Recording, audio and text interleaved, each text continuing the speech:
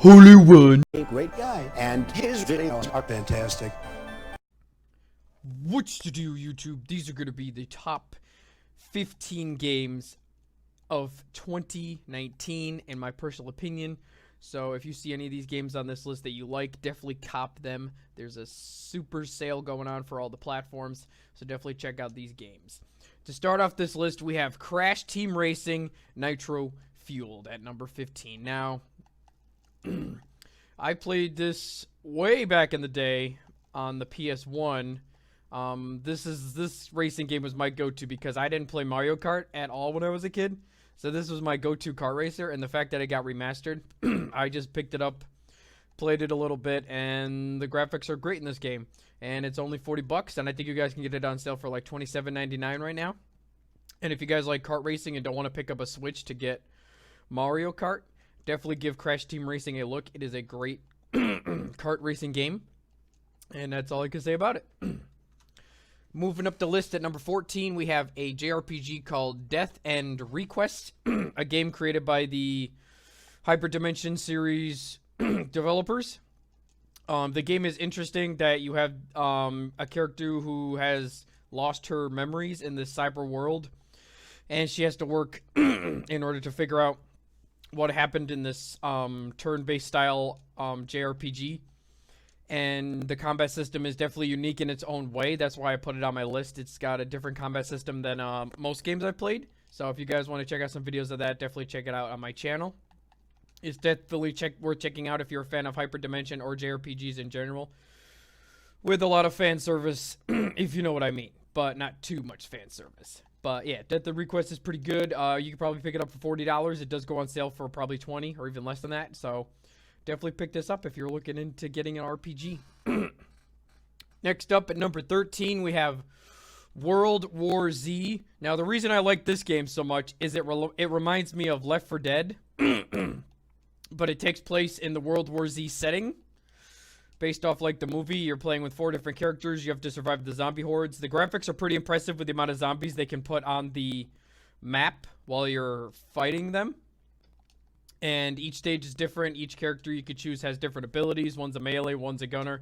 Similar to Left 4 Dead. So if you guys like Left 4 Dead, definitely give World War Z a check out. This game is free on Game Pass, and you can get it like super cheap. It's like always on sale. So it's a pretty inexpensive game. So moving up my list at number 12, we have Rage 2. Now, I know a lot of people say Rage 2 is an empty game. However, if you do the side quests instead of just focusing on the main story, the game really opens up. It runs buttery smooth on PC and the enhanced consoles. It's really fun to play, great gunplay, really cool abilities you can unlock, really cool gadgets, and all sorts of upgrades you can get for your weapons and stuff like that. And you can get Rage 2 really cheap, and I think get it on Game Pass as well. So definitely give Rage 2 a good look. If you guys like games like Doom or Bulletstorm, and you're a fan of first-person shooters, definitely check out Rage 2. It is a really good open-world first-person shooter. Moving up my list, I have God Eater 3. If you guys know anything about God Eater, it's basically the JRPG of Monster Hunter, basically. And I was a huge fan of Monster Hunter World, and I played the first God Eater games, and this game is definitely probably my favorite of the God Eater games. It's very good in its combat system and characters. There's different weapon builds you can make. There's tons of customizations you can form. The monster selection is kind of limited. However, they've been supporting the game with updates with new monsters, new events, new story missions you can unlock. All free, of course. So you don't have to pay for them. That's really what I liked about that. There is some cosmetic stuff you can buy, but overall, if you're a fan of hunting games in general, definitely check out God Eater 3. All right, moving up to my top 10, we have The Outer Worlds. And finally, I got to play a game that wasn't a trash Fallout game. The Outer Worlds is a very interesting game. The graphics are very good compared to basically any Fallout game at this point, because 76 was a complete letdown, so I was looking forward to whatever Obsidian was going to release, and Obsidian didn't let me down. I like the kookiness of this game. It definitely has the Fallout-esque feel to it, and it definitely feels like an Obsidian game. There's nothing more you can say about it. It's a really good game. You can get it on Game Pass. It was nominated for GOTY. There's plenty of content. I did the passive route, so I didn't do the... You could do a different route. You could build character relationships. all that sort of good stuff. So definitely check out The Outer Worlds. All right, moving up my list, I have Code Vein, a underrated Souls game that came out this year that got a lot of community support. It sold very well on Steam and on the other consoles. It's basically a waifu version of Dark Souls. The game isn't as difficult as other Souls games, but what makes it difficult is you can't heal as frequently in the boss fights. And there's about probably 35 to 40 boss fights. That's excluding the DLC content they'll be releasing eventually. So if you guys are interested in games like this, definitely check it out if you're a Souls fan. And if you like those waifu games, definitely give Code Vein a look. It is very fun and it is a good game, and it is definitely long. You could easily sink 70 hours into it. All right, moving up my list, we have Astral Chain for the Nintendo Switch exclusively, a game made by the Platinum Gods, of course. And Astral Chain did not hesitate to deliver a high-octane action game with some interesting new gameplay elements that Platinum Games have introduced with the effect of these beasts in the astral plane you can take control of that you can chain with different combos and everything. It has a great combat system. You could probably beat the first playthrough in probably 20 hours, but it has great replay value, and there's definitely side quests in the game to do. So if you guys need a Nintendo Switch exclusive that's high-octane action, definitely check out Astral Chain. It is worth getting. Moving up my list, we have Star Wars Jedi Fallen Order. Now, I'm a huge Star Wars fan, and Jedi Fallen Order is definitely really fun. An actual single-player game from EA that isn't riddled with microtransactions. All the cosmetics and lightsaber colors you can unlock naturally through progression in the game.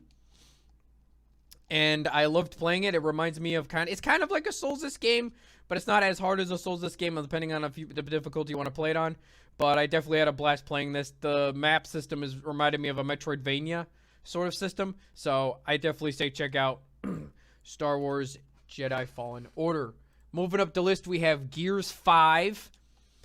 Another game by the Coalition that I considered good. Gears 5 had a great story. Easily you can sink 15 hours into beating the campaign. The game is graphically beautiful. I think it's probably the best looking game on Xbox One.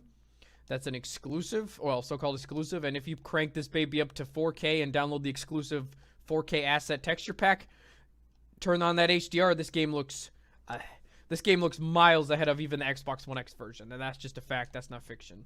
The game runs beautifully on PC. The Horde mode is really fun. The multiplayer I've dropped the game because the multiplayer kind of got busted after some updates. But if you guys just are looking to play the Horde mode in the campaign, it's definitely worth picking up. You can get it on Game Pass for like $1 right now. So definitely check out Gears 5. It is a really great game. Moving up the list, we have Metro Exodus. Now, I love the Metro franchises. They always had a great story. Metro Exodus did not stop there.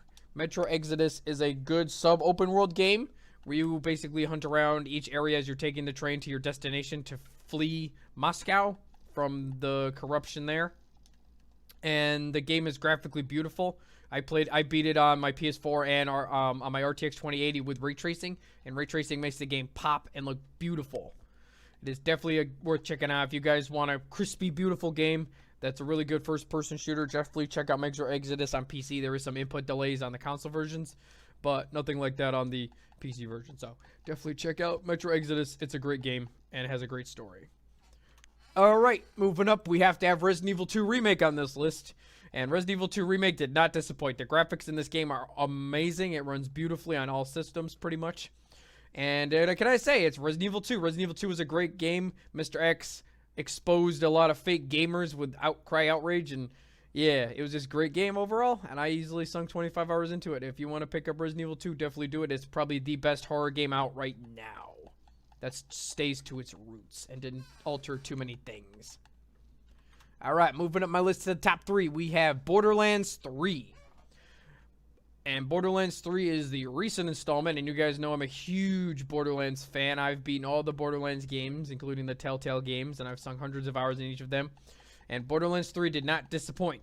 The gameplay is even more refined compared to Borderlands 2. The graphics are slightly better. Nothing graphically amazing, but it still keeps the art style that looks really cool. The story is really good. I'm not going to spoil anything for you, but the story definitely takes place off-world, so there's these other planets you can explore besides Pandora, which really opens up the story arcs and everything like that. And there's plenty of side missions to do, characters help, and there's that funny, witty comedy in the game. And they just released the recent expansion, which was pretty good. Recent DLC, which was pretty good as well. So definitely check out Borderlands 3 if you're into playing a looter shooter and don't care for Destiny. Moving up to my second game, we have Sekiro Shadows Die Twice. Another game from Software that really hit home with me. I liked how they just made it very simple, but you had to. It's a very more skill-based game. I love these Japanese Edo period types of games. I love how the Sekiro comes back from dying. I'm not going to spoil the story or anything like that. All the bosses felt satisfying to kill because you actually use skill to fight them. There were a couple of them that didn't require skill, like the Demon of Hatred. But overall, the game graphically was beautiful, and it was very satisfying to play. And is definitely a great GOTY contender. And right, guys, and finally, my number one game and GOTY of 2019 is Devil May Cry 5, a game that got shafted at the Game Award. Devil May Cry 5 is probably the best action game that came out this year, and I've been waiting for a sequel to Devil May Cry 4 since 2009. So yeah, this game did not disappoint. The story the plot twist was pretty good with Virgil and stuff like that. The story has multiple playthroughs. I beat this game on every difficulty. I beat the Bloody Palace, which is fun. The gameplay is high octane. All the skills you can unlock, all the combos you can build with each character, whether it's V, Virgil, or whether it's V, Dante, or Nero. The game is awesome. So if you guys want a game that looks good, plays good, and has high octane gameplay with a great story, check out Devil May Cry 5. That is my GOTY contender. So this is my top 15 games of 2019, guys. Let me know what you think in the comments below and what your top 10 games are of 2019. This is your boy Holyone. Oh!